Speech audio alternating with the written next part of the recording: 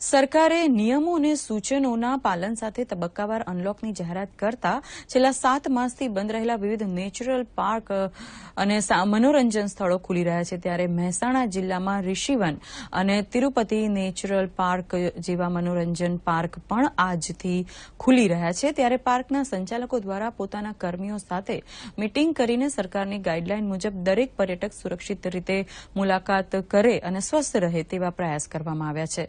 તો પાર્ક શરૂ કરવાની જાહેરાત સાથે ગુજરાતના અનેક પાર્ક સંચાલકોએ રાહતનો શ્વાસ અનુભવ્યો છે.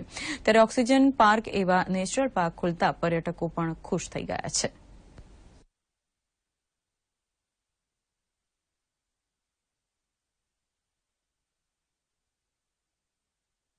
આ પાર્ક 7 મહિનાથી બંધ હતો અને સરકારે 15 ઓક્ટોબરથી શરૂઆત કરવાની પરવાનગી આપેલી છે. હજી એસઓપી આવી નથી, પણ આ પાર્કની કેપેસિટી 25,000 પર્યટકોની છે. અત્યારે 300 એકરમાં આ પાર્ક ફેલાયેલો છે.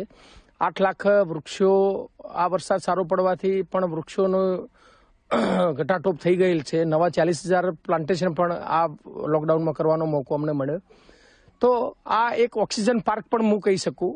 તો લોકોને છેલ્લા 7 મહિનાથી જે ઘરમાં બેસીને કંટાળી ગયા હોય તો એમના માટે એક આ અદ્ભુત તક હશે મારા પાર્કમાં ફરવાની.